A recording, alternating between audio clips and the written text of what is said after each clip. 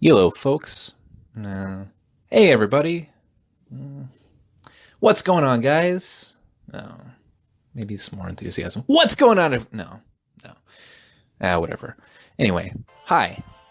I'd like to introduce you to one of the most difficult Pokemon battles I have ever had. Now, if you're unfamiliar with Pokemon battling or have not played in a long time, I'll do my best to explain the situation as I go and really try to highlight why this battle was so incredible for both of us. I will be battling Jose.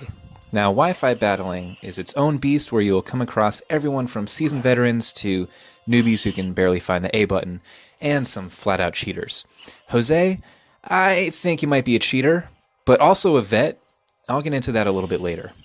Now he leads with his Mega, and Sableye now reflects hazards and has great defensive bulk, especially with only one weakness to Fairy. Meanwhile, my defensive Toxapex will have little opportunity to break through. All I can hope for at this point is a Scald Burn, which I do luckily get. At this point I realized he was starting to set up for a downright full-on sweep, so I decided that Toxapex is not the right Pokemon to take it down, especially since I don't have Haze to take down the Calm Mind boosts. Ultimately, I save him for later. And the foreign characters represent Tapu Koko. It must be nicknamed, I guess, since it didn't translate to English, but with Fairy and a boosted electric power from an already powerful Tapu Koko, I felt that I maybe had a shot. Second Calm Mind is up. That shot's getting pretty narrow already. Also, I should mention that I was battling with my 12-year-old brother watching, trying to explain to him what I was doing and why Uber-class legendaries would be of little use here. Now we see that this has a little over 1/3 of its health, which is pretty bad news. Even worse because of Recover. We're not going anywhere, even with a burn. In fact, that burn is probably useful for him so he doesn't suffer from a stacking toxic damage or losing the turn to paralysis. So we're in a bit of a stalling pickle here. Yet another Calm Mind, and we have no way to get rid of it. This is bad.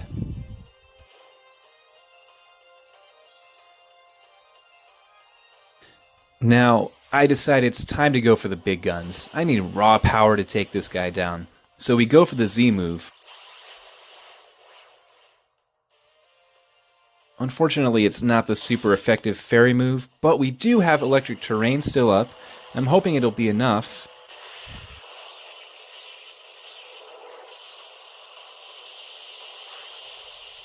It's not enough. Living on 1 HP. That is a common theme in this battle.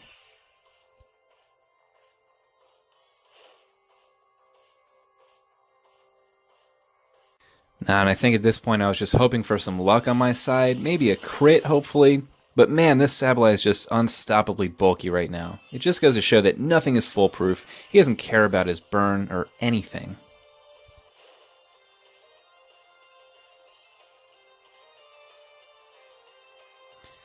Terrain's gone. I was hoping for some extra damage behind this, but Volt Switch doesn't even make a dent, so I'm going to rethink my game plan for a minute.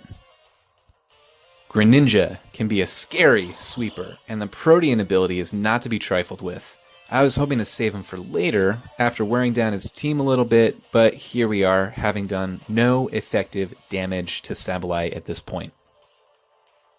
I was trying to take advantage of his lower defense stat, but keep in mind that's still base 125, and this does maybe 20%. That's also not my nickname, but I like it. This is now the 4th Calm Mind, and I have no choice but to just use extremely brute force. I plan on going into my Mega, and with Mega Scissor's hard-hitting 150 base attack, I'm just hoping it's enough. Let's find out.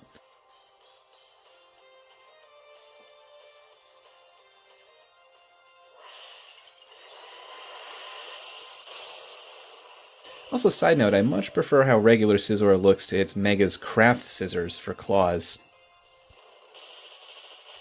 Nothing. It's truly hopeless. No, now it's truly hopeless. Burn cuts your attack in half, so I'm not doing shit. Yikes, this is an absolute train wreck.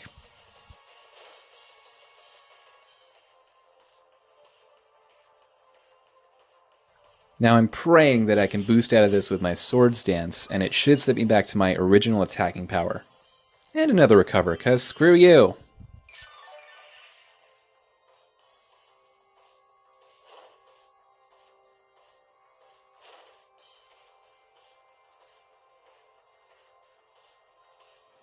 This sword stance sets me at about 150% of my original attacking power, or 225 base. Now I almost forgot that Sableye needs one attacking move, and with 4 boosts, that Dark Pulse was pretty nasty.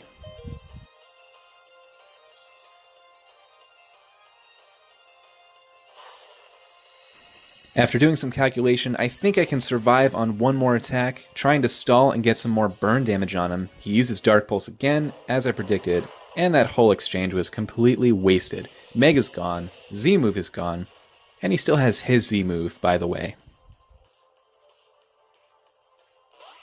And I'm back into Tapu Koko. I have nothing else that can possibly make a dent in Sableye. I tried Dazzling Gleam, that's maybe 25%, and with that Will-O-Wisp, he's clearly just trying to stall me out. Luckily, or maybe unluckily, all my attacks are on the special side, and at this point, all I can really hope for is maybe a critical hit, or maybe a misclick from him, so we'll just keep trying.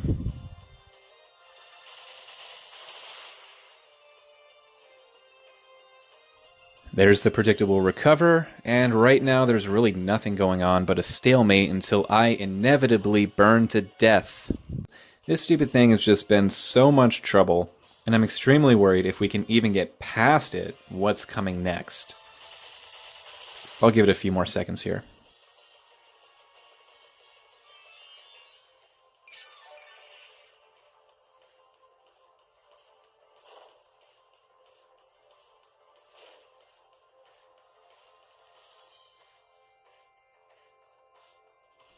And ladies and gentlemen, this is the moment that I have been so sorely needing. A critical hit. He still does not die, but he does not predict this. Smugly buffs up a 5th time instead of recovering, but, well, it's inevitable, Mr. Anderson.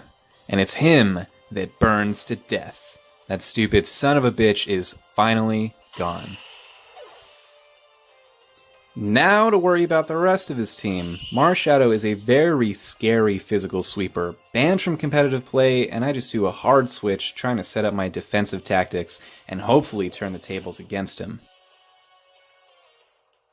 And that was a pretty solid prediction, although I had no clue it had Poison Jab. He does get his second attack since I switched in. It does a lot. I'm now officially done playing defense. He does get some minor damage from Iron Barbs. I go for the knockoff, does some good damage, and I find out that this Marshadow is very uniquely set up with all power, no defense.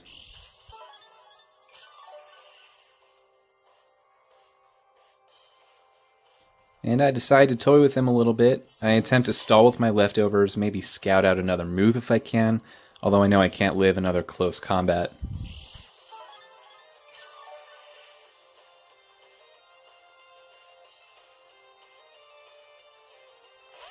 I'm really hoping he does not predict this switch and Tapu Koko will flat out eat up that close combat. And he does not predict this. And I go into Tapu Koko so I don't overtly reveal my team to him. Now, his defenses are dropping, and Marshadow is pretty frail at this point. He clearly does not want to lose him, so he sends out this tank, Aegislash, also banned from competition as a downright nightmare to take him down. And I wanted to switch regardless, and we go back into Greninja. Shows leftovers, that's kind of annoying.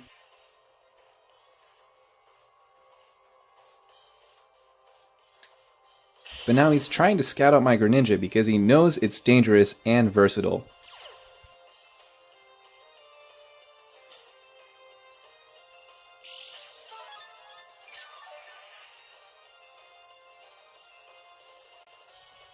I go for the Dark Pulse for the weakness, but also because I hope he flinches. And that was a damn crit that does not kill him. It's so annoying. And now he sets my Greninja on a timer. That's a pretty good play, and pretty bad news for me. I really need this Greninja to stay alive to help me deal with the rest of his team.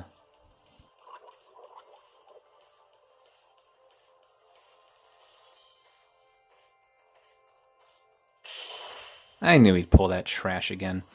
Now, there was really no reason for me to show extra sensory, and now he knows that I'm not choice locked into Dark Pulse. I think I might have played that move just in case Marshadow came back.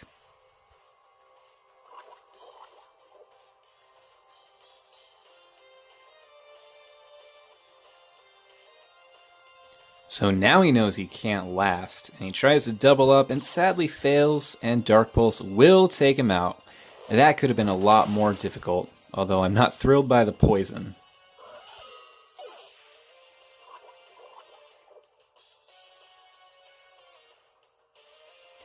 Now it's at this point that I really suspect he's actually cheated, because unless he got this Zeraora in the Tokyo or Osaka event on July 1st, Zeraora was otherwise unavailable at the time of this battle. Between that and the flawless shinies, I don't know. We'll never really know for sure. So the electric terrain may have been a mistake, but I'm still hoping that Tapu can eat up this electric move. It looks pretty cool at least, but unfortunately Tapu is out, but he has no doubt earned his rest.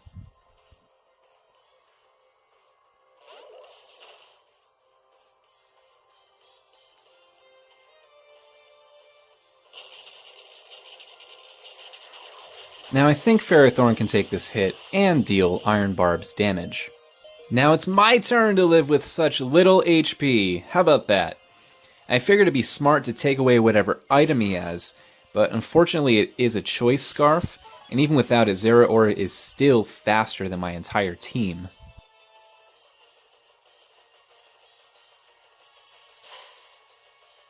So now I scout. And things are bad. Fire's bad. When that hits me, I will not live that. No way, Jose. But at least I can successfully pull off a double protect just to piss him off. I'm not trying to save Ferrothorn, I'm just a stalling pickle right now.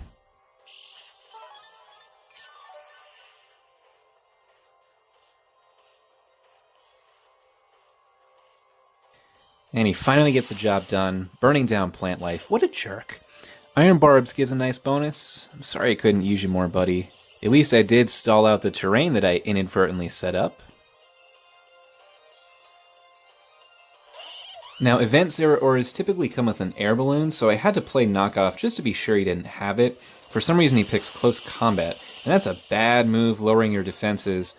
And Infernape may not be at the top of the pile anymore, but it just successfully ruined your day.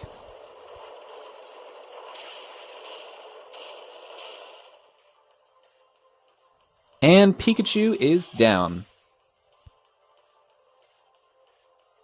So we haven't seen Noivern yet. I'm honestly not too worried about it right now, but he must have brought it in for a reason, and maybe that was the reason. Noivern annoyingly outsped, although it usually does. I was hoping it wouldn't, but Infernape, you did your work. I know I said it was all offensive now, but I really need to save my Greninja. Greninja's Ice Beam has not been revealed yet, and it's my last resort for the rest of his team, really. Especially for this guy, a goddamn legendary. I decided to immediately put it on the 5-turn timer of Toxic, although it's still going to be pretty tough to take down.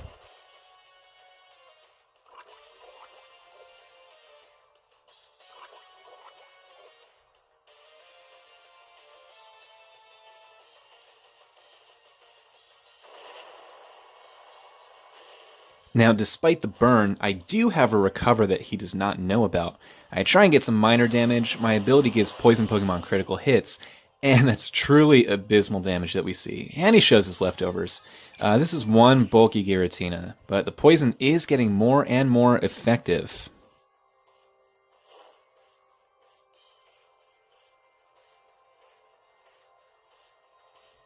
Well, not effective anymore. I'm done. I'm toast. This is a freaking Snorlax in disguise. This was a nightmare. Coming from the nightmare Pokemon himself, too. Poison's gone. Toxapex is completely unable to break through. Keep in mind, though, Toxapex is holding Black Sludge.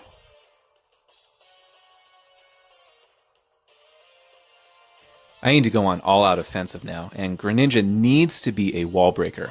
My other hope is that Giratina sleeps for all 3 turns.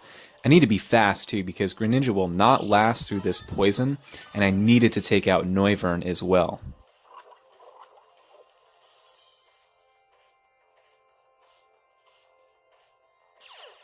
I used Dark Pulse because I still need to keep that Ice Beam a secret for Noivern.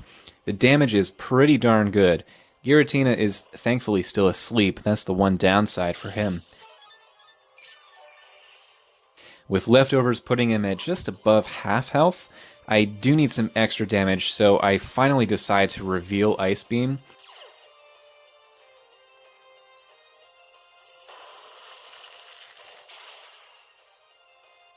And I get a crit for good measure, and finally, Pikachu is down.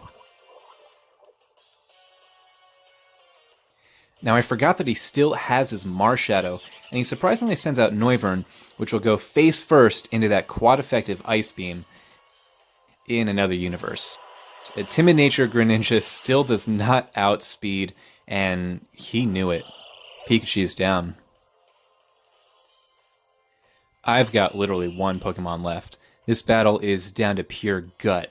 He withdraws, which again surprises me, and it gives me a free attack against Marshadow. I just poison it. Bad poison damage, critical hits for my ability, same type attack bonus in Scald, and low defenses are all equations bouncing around in my head. I'm just hoping that I can edge this Pikachu out.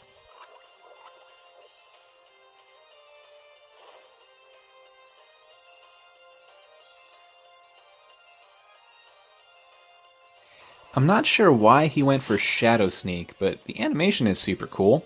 And let's see how much Scald does, and it's way better than that of Giratina. Of course it's a crit, that's stacked poison damage, and it's just barely enough. Thank God. Ladies and gentlemen, we are now at a standoff.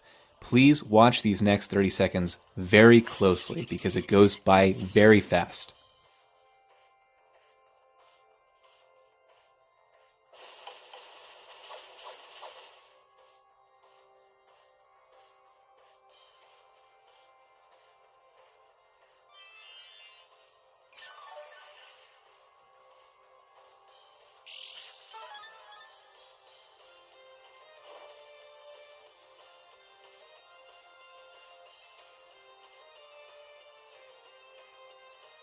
So, after very careful decision making, the tides have finally turned.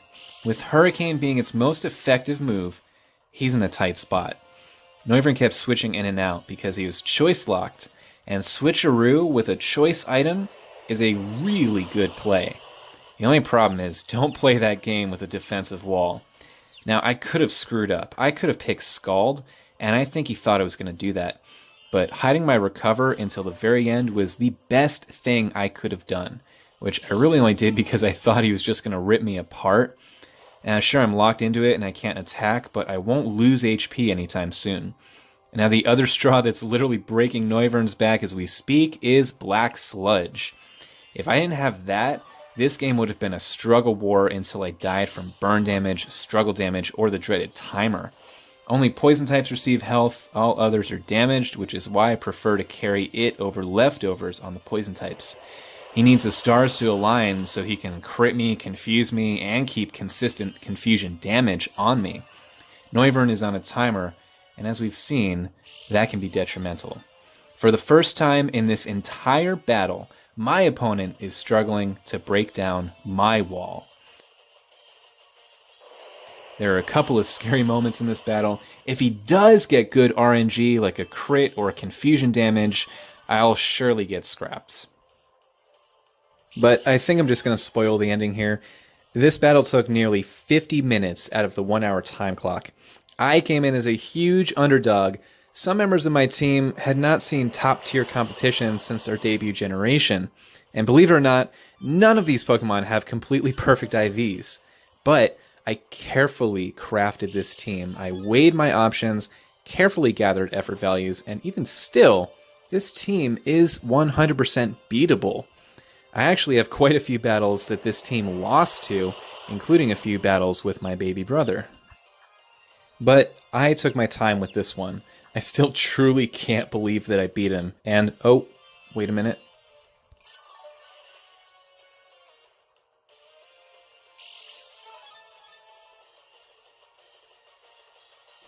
And down goes Pikachu. Thank you, Jose, for a truly unique and awesome battle. Thank you to whoever's watching this video.